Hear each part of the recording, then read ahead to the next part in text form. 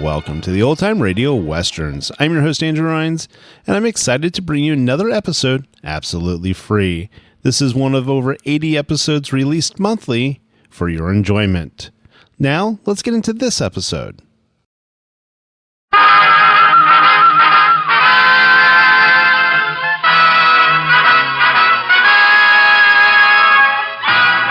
Tales of the Texas Rangers, starring Joel McCrea as Ranger Jayce Pearson. Another authentic reenactment of a case transcribed from the files of the Texas Rangers.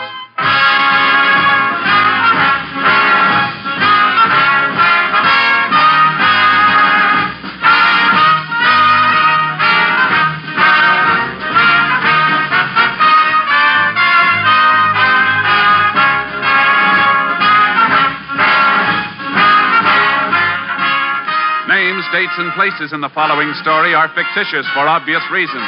The events themselves are a matter of record.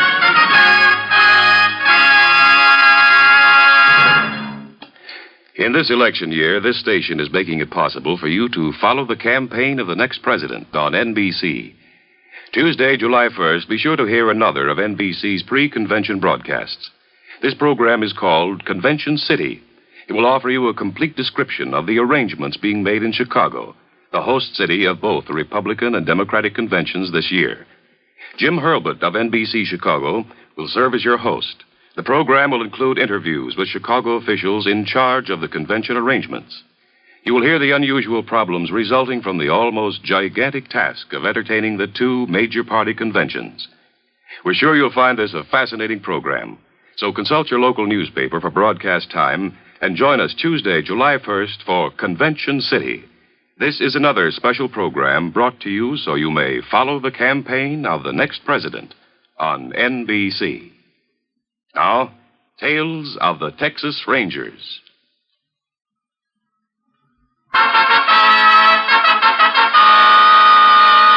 And now, from the files of the Texas Rangers, the case called Ex-Con.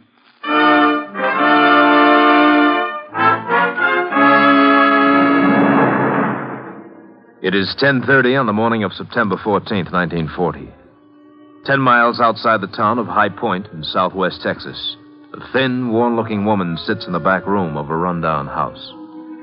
She is sewing a patch on a pair of child's dungarees when she hears the front door open. Who's that?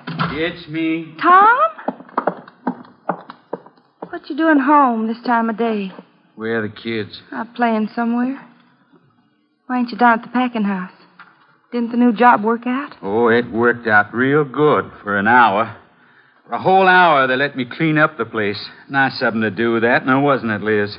What happened? Same thing that's happened before. I seen somebody whispering to the boss and pointing at me. Tom. I could see this guy's fat mouth making the words killer, ex-con.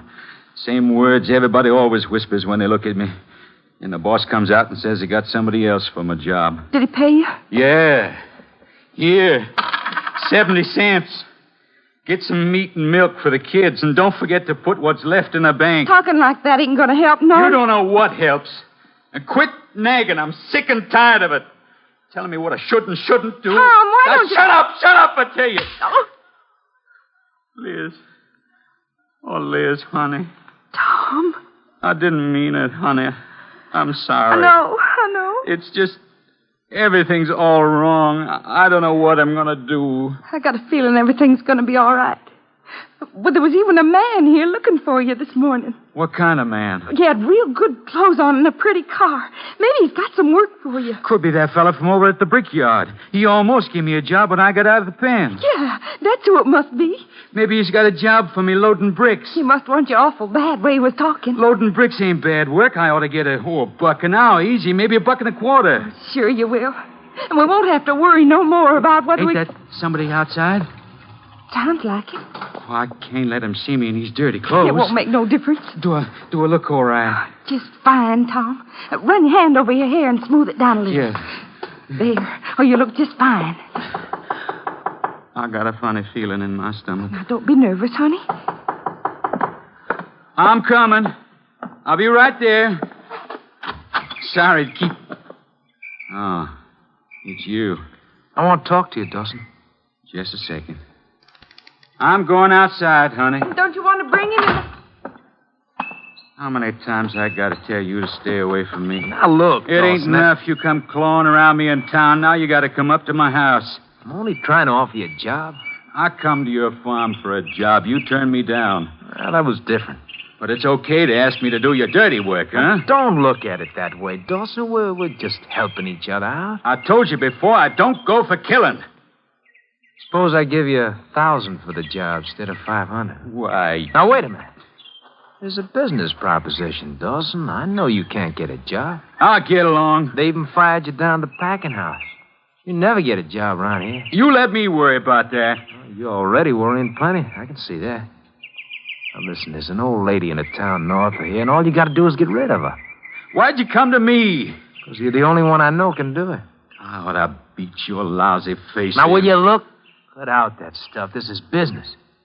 $1,000 for easy job. How about it, Dawson? All right.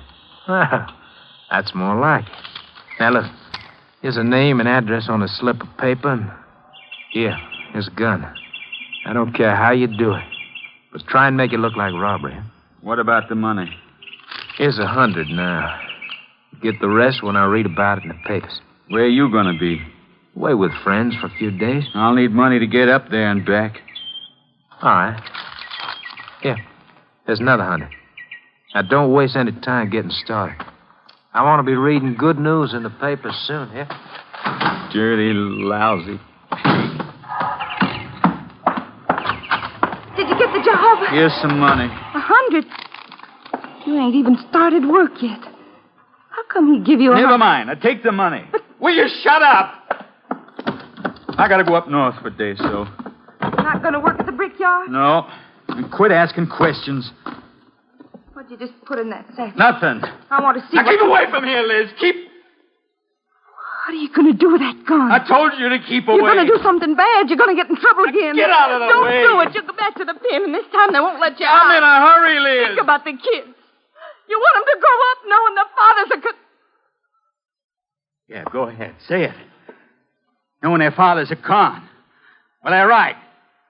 3 years in a pen and you get the name for life anyhow. That ain't so. We'll make out. We will, Tom. I'll see you as soon as I get back. No, Tom, please. Leave me alone. Tom, don't do it. Come back, please.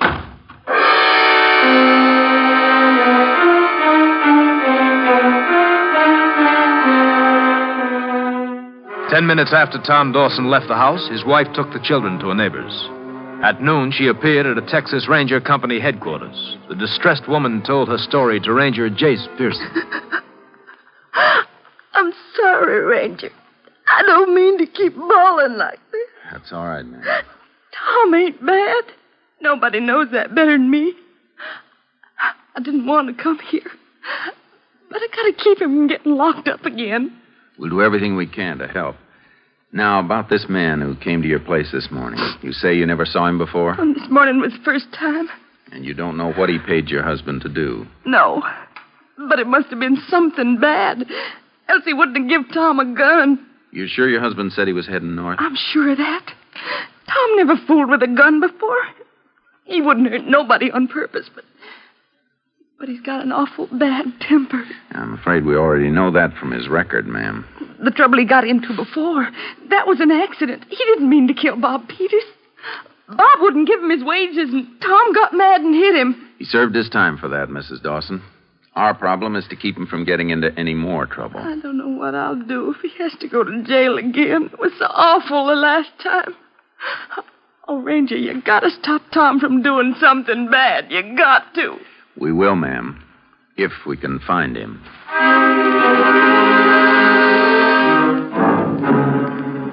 I put out an all-points bulletin on Tom Dawson, then took Mrs. Dawson home. Sheriff Sims in High Point agreed to help me in the search. We decided on the bus station as the first likely place to check. At 2:15 that afternoon, we entered the Trailways bus depot and walked toward the ticket window. Yeah, you'd think a fellow like Dawson would have learned enough to keep out of trouble. What do you figure he's up to now? Yeah, might be anything, Sheriff. Burglary, stick-up, even a killing. Whatever it is, I hope we can get to him before it's too late. I sure hope we can get a lead here. Can I help you, Ranger? Sheriff and I'd like to ask you a few questions, miss. Sure. Oh, excuse me a second. I got to announce that bus. Bus now leaving for San Antonio, Houston, and Galveston. That's my bus. Goodbye. All aboard. Goodbye. Oh, sure am glad when that 2:30 bus leaves. Means I only got another half hour to work. Uh-huh. You mind taking a look at that photo? You seen this man in here today? Well, I think I have, yeah. He was in here, bought a ticket from me. Where to? See now, it was somewhere up north. I'm sorry, Sheriff, but I don't remember just where. You're sure he was here, though? Oh, I'm sure of that, all right. The reason I'm so positive, he gave me a $100 bill. When I gave him change, it pretty near cleaned out my cash drawer. What time was this? Well, I know it was sometime afternoon, but I'm not too sure when. What buses do you have going north in the afternoon? Just two, the 1:30 and the 4:15. All right, miss. Thanks a lot. Well, if he bought his ticket before that 1:30 northbound left, he could be on it, Jayce. Yeah, I figure it's going to take us just about 2 hours to find out if he is.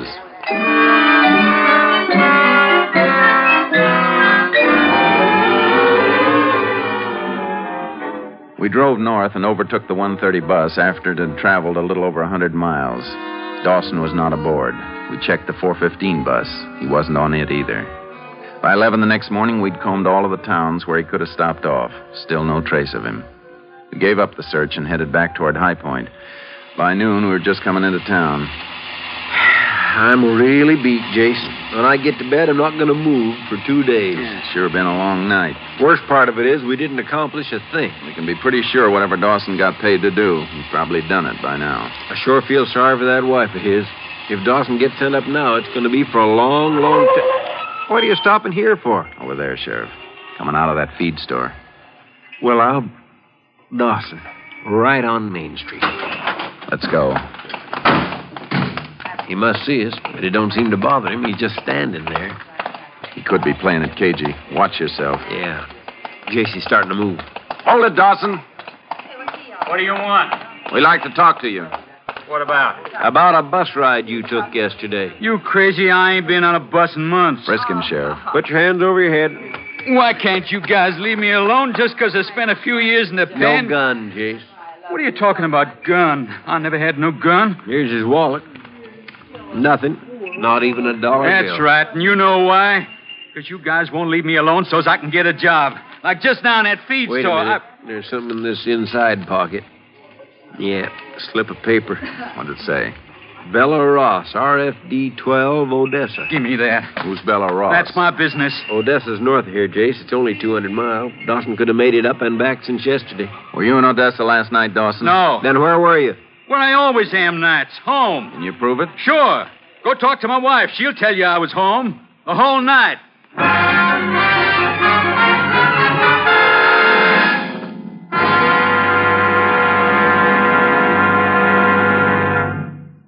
In just a moment, we will continue with Tales of the Texas Rangers, starring Joel McCrea as Ranger Jayce Pearson. There's a price tag on almost everything. Whether you drive a shiny new 1952 model or a pre-war jalopy, you had to pay the price. And when you're driving that car, remember that speed also has its price. Death or injuries that can cripple you for life. You may speed at times and get away with it, but the odds are too strongly against you that in some tight spot you'll make a mistake while speeding. It'll be curtains for you. Or you'll have it on your conscience for the rest of your days that you took a life that you and you alone could have avoided if you weren't speeding. The price tag on speed violations last year was 15,000 killed and 500,000 injured.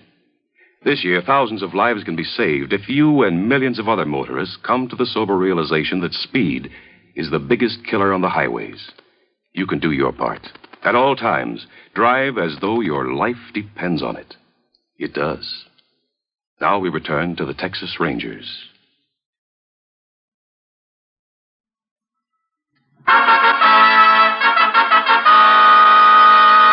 We continue now with Tales of the Texas Rangers and our authentic story, Ex-Con.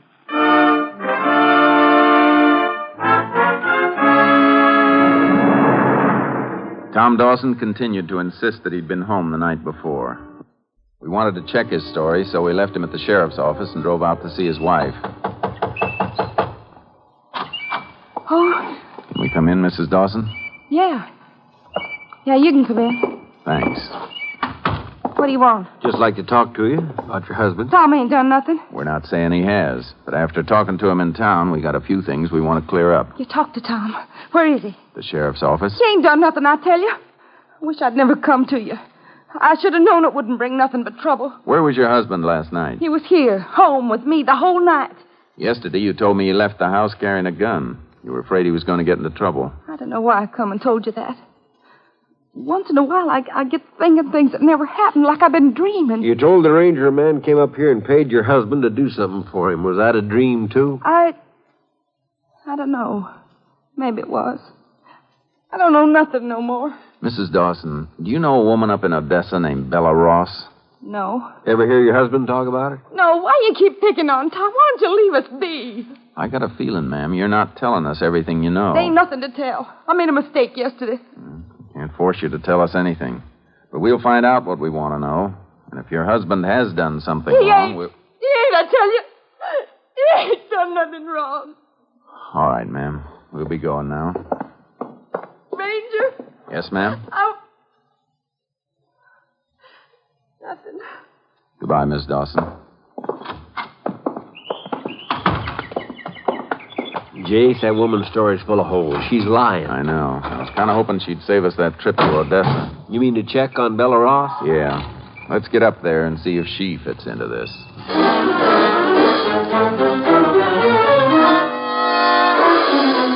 When we arrived in Odessa, we made inquiries about Bella Ross. We learned she was a widow who lived alone on her ranch 10 miles out of town. Oil had been discovered on her land several years before, making her a wealthy woman. We drove to her ranch.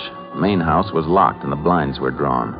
We began to suspect that Dawson's connection with her might have been robbery or even murder. Just as we were about to return to town and get a warrant to enter the house, we spotted a cloud of dust a few miles away. We took the car and headed across the range. As we approached, we saw that the dust was made by a group of men branding calves in a makeshift corral. Jayce, I think we're just wasting time coming out here. I don't think any of these boys would have a key to the house. If the foreman's out here, he might.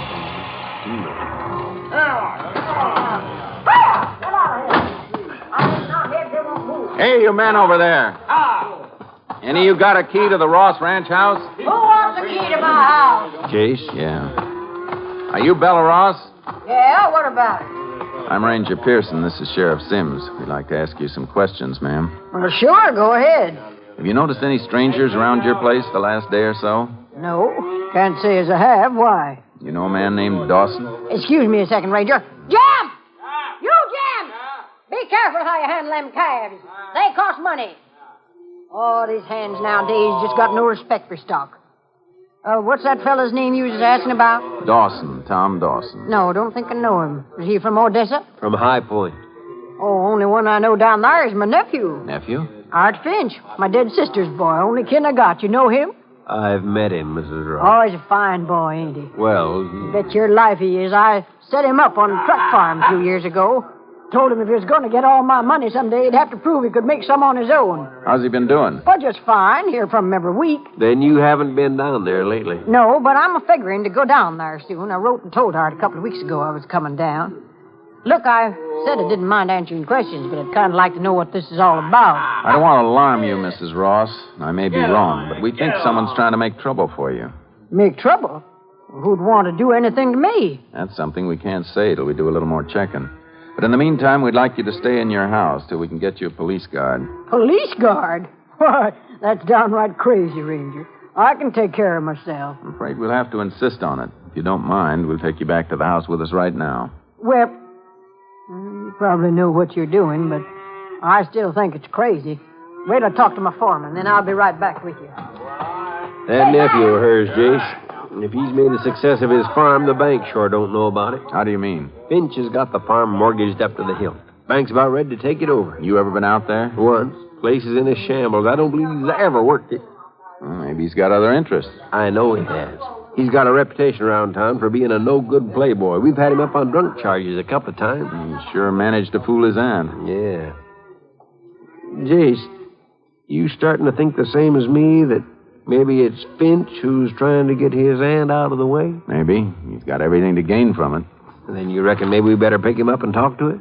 We need something on him first. And the only person who can help us with that is Tom Dawson.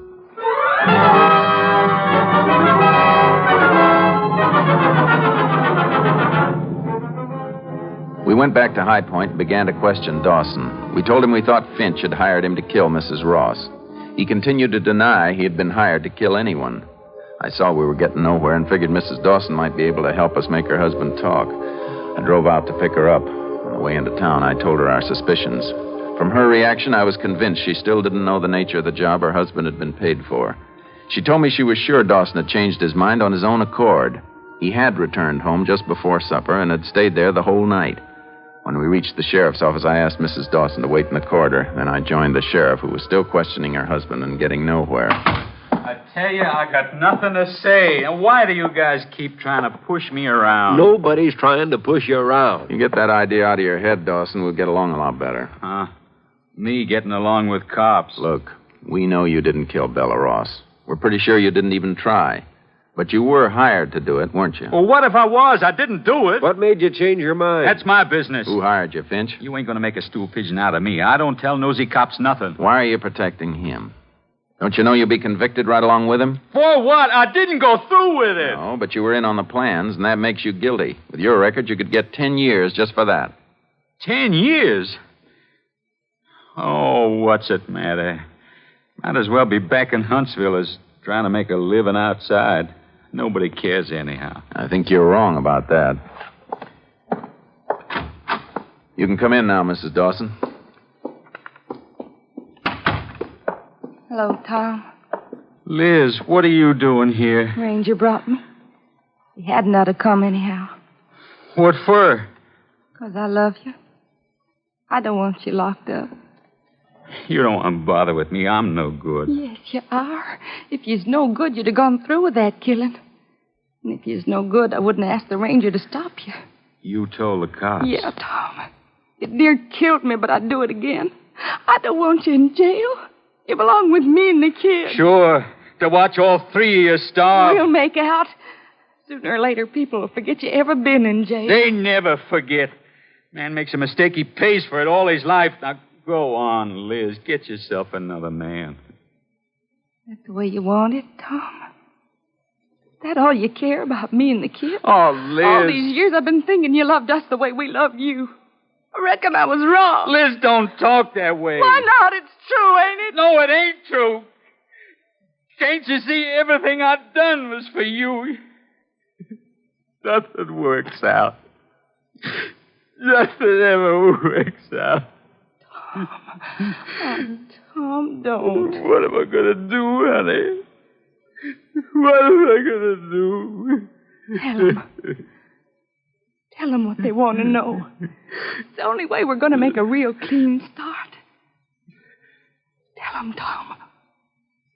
All right. Finch hired me.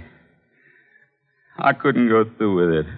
I cashed in the bus ticket, and then I took the gun and the money back to his farm.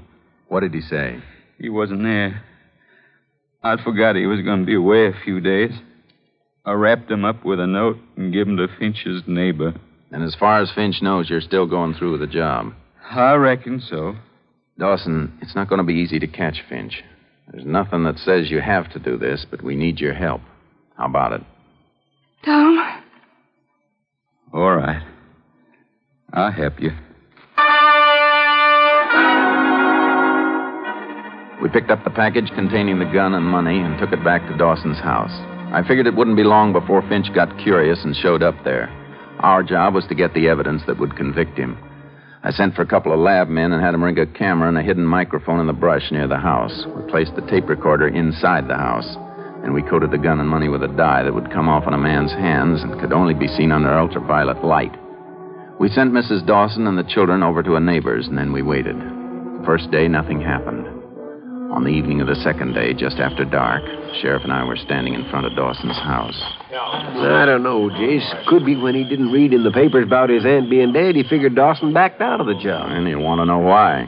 Maybe so, but I still think we ought to get out of all points on him. Suppose we did pick him up. He'd say Dawson dreamed the whole thing up. And in a court, it'd just be his word against Dawson's. Yeah, I reckon we do need more evidence than we got, but all the same, I don't... What? Oh, yeah, I see the headlines. This could be him, boys. You ready with the camera? Yeah, right. Let's get inside. Yeah, I wish it was still daylight. Those flash bulbs will only give them one chance to get the picture. Anybody can get it, they can. Is he coming, Ranger? Somebody is. Better get ready. And get over by the recorder, Sheriff. Keep low so he can't see us through the window. Yeah, you want me to switch on the recorder, Jayce? Not yet. Dawson. Yeah? Be sure to hand him the gun so he won't know the bullets are missing. Okay. Let him knock again. Now. I won't talk to you, Dawson. Okay. I'll get the recorder. Okay, Jayce. Been watching the papers. Haven't seen any good news. I ain't going through with it. You what? You better get somebody else. Here's a gun and the money you give me. Oh, wait a minute. It's more money that you There's want. only $190 here. I used 10 for groceries. I'll have to pay you back when I can. Dawson, look, I'll give you $2,000 to do Dirty it. scum. Yeah. It's no use. Oh, well, $3,000. Here, you want this stuff? Now, listen to me. That woman's my aunt. She's going to leave me a lot of money. Good for you. But not if she finds out I haven't done anything with that farm she gave me. She'll be down any time now. Dawson, listen to me. I'll give you $10,000 to kill Bella Ross. If you don't take this stuff, I'm going to drop it on the ground. Now, take it and get out of here. 10,000 buys a lot of food. Take it. All right. But if you think that What was that? Come on. What was that light? What's going on here? You just had your picture taken, Finch. And now you're coming with us. Oh, what? For trying to murder your aunt. You're not going to get me. Grab him, Jayce. Come back here. I'll kill you. Not with that gun. Now, put out your hand. Let me alone. Let me go.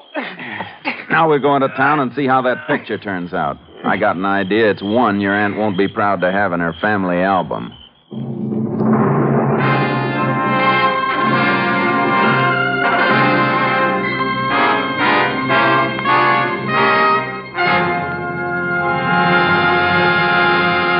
In just a moment, we will tell you the results of the case you have just heard. On Thursday, July 3rd, NBC will bring you the third in a special series of broadcasts in advance of the Republican National Convention, which will take place in Chicago. The program will feature well-known NBC newsmen assigned to the headquarters of the major candidates. You'll find your favorite commentators and reporters in Chicago: W.W. Chaplin, Merrill Muller, Richard Harkness, and Bob Letts. These NBC newsmen will describe campaign headquarters operations, and they will interview campaign managers and other key figures in the camps of Taft, Eisenhower, Warren, and Stassen. Yes, the NBC microphones will listen in to every detail and report it to you. Consult your local newspaper for broadcast time, and be sure to join us Thursday, July 3rd, for Headquarters Report. This program is another step forward, making it possible for you to follow the campaign of the next president on NBC. Now, Tales of the Texas Rangers.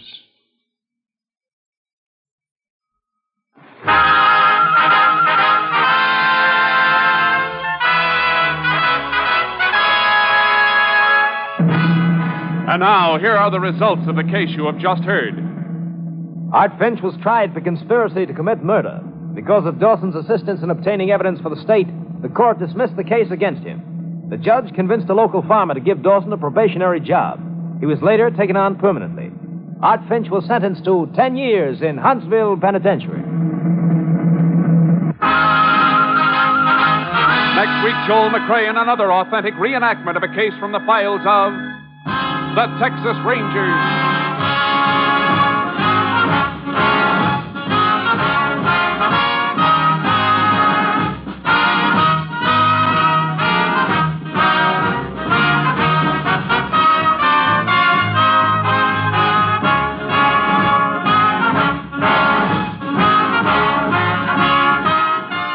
Technical technical advisor was Captain M.T. Lone Wolf Gonzalez of the Texas Rangers. This story was transcribed and adapted by Charles E. Israel, and the program was produced and directed by Stacy Keach. Hal Gibney speaking.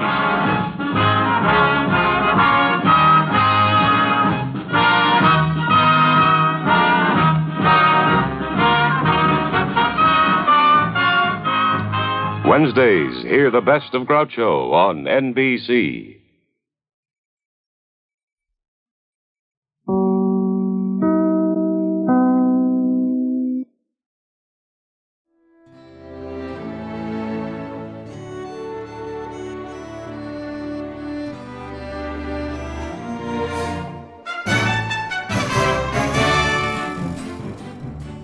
This has been a presentation of OTRWesterns.com, and we hope you enjoyed.